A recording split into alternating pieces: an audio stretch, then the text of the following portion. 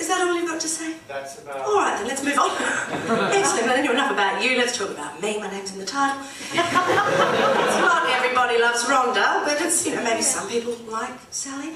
I acquired my first strong identity, that of child star, at the age of 12, when I won the lead role in the original Australian production of Annie back in 1923. It was a huge big deal back then. I was everywhere. I was in the papers, I was on the news, I did an endless round of talk shows. In fact, I was recognised wherever I went, which can be a little bit daunting when you're out at the shopping centre with your mates trying to practice your shoplifting. I learnt the harsh realities of showbiz way back then when one of the cast members of Annie tried to viciously sabotage my career. Well, it was the dog in the show. Well, he was in the cast. We had this little scene together where the dog would come on. I'd just escaped from the orphanage. It was just us in the big wide world of New York City.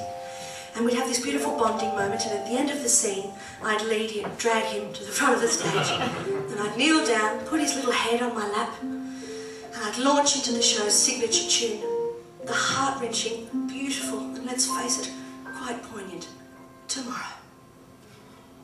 The sun'll come out tomorrow, bet your bottom dollar that tomorrow there'll be sun. Just thinking about tomorrow. Well, at this point in the song, this particular dog was obviously very jealous of my immense talent, and he thought it was a good idea to turn his head to the audience, cock his legs very wide, and start vigorously scratching his testicles. Of course, the audience laughed, the mood was completely ruined, and I was absolutely furious. Bitch. Mind you, if it was a bitch, it wouldn't have had testicles, and therefore this story would be redundant. Sorry about that. Anyway, so the cast, the Melbourne run of Annie came to an end, and because of child labour laws, I wasn't allowed to go to Sydney or Adelaide. Shame. And, well, obviously, as I said before, I was by far the biggest star, so I had him put down. Well, you've got to send a clear message early in your career, and I can honestly say that in the last 30 years, no one has ever dared scratch themselves on stage with me again. Well, after that, I turned 13, and I got into a situation which happens to a lot of child stars, and that is I was too old to play the kiddie roles, and I was obviously too young to play the adult roles, so I had to do something rather depressing. I had to go to school. What a waste of time that turned out to be. But I soon acquired a new identity a few years later. I was in my bedroom, and Mum was out in the kitchen listening to the radio, and they played the Australian cast recording of Annie, me singing Tomorrow, and she was sitting there going, oh, isn't that lovely, a little tear in her eye. And at the end of it, the announcer said, Sally Ann Bourne, what a talent. Whatever happened to her? I was 17. Mum thought it was hysterical. She ran into my bedroom going, oh my God, it's a record, you're a 17-year-old has-been, isn't that hysterical?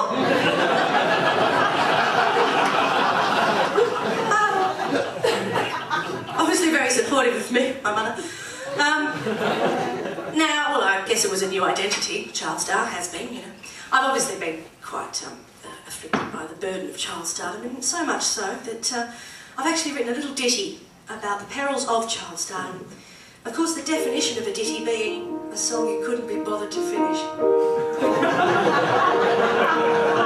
Child star, famous before you reached your teens. Child star, it all went wrong when you reached puberty. Now you're just another has-been. Your mother kept you in a cage, letting you out to go on stage. Though you were her precious daughter, she always hoped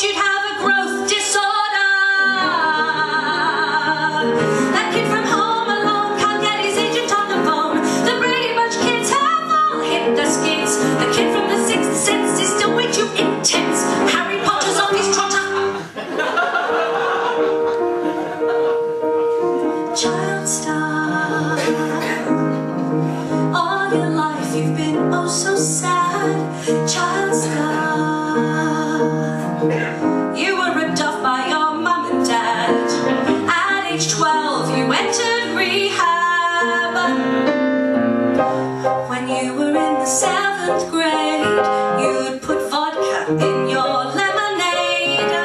Out at all those A-list parties, you'd smuggle cocaine stuffed in Smarties.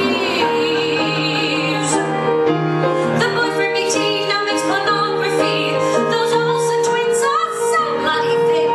Billy Elliot has completely lost the plot. Huxley is still ugly. Arnold from Different Strokes still lives in the past, 'cause everywhere he goes people scream, "What's up with us?"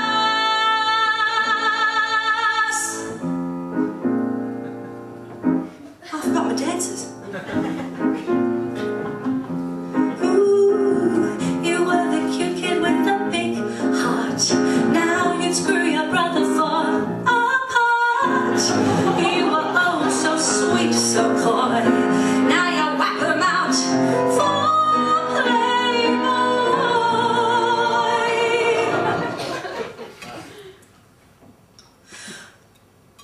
One day, someone says, "Hey, you know, it's uncanny, but you look a little like a geriatric orphan Annie."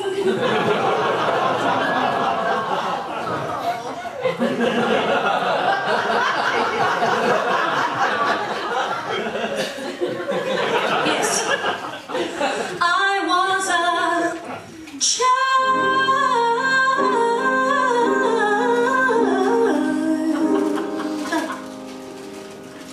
I said I was a child.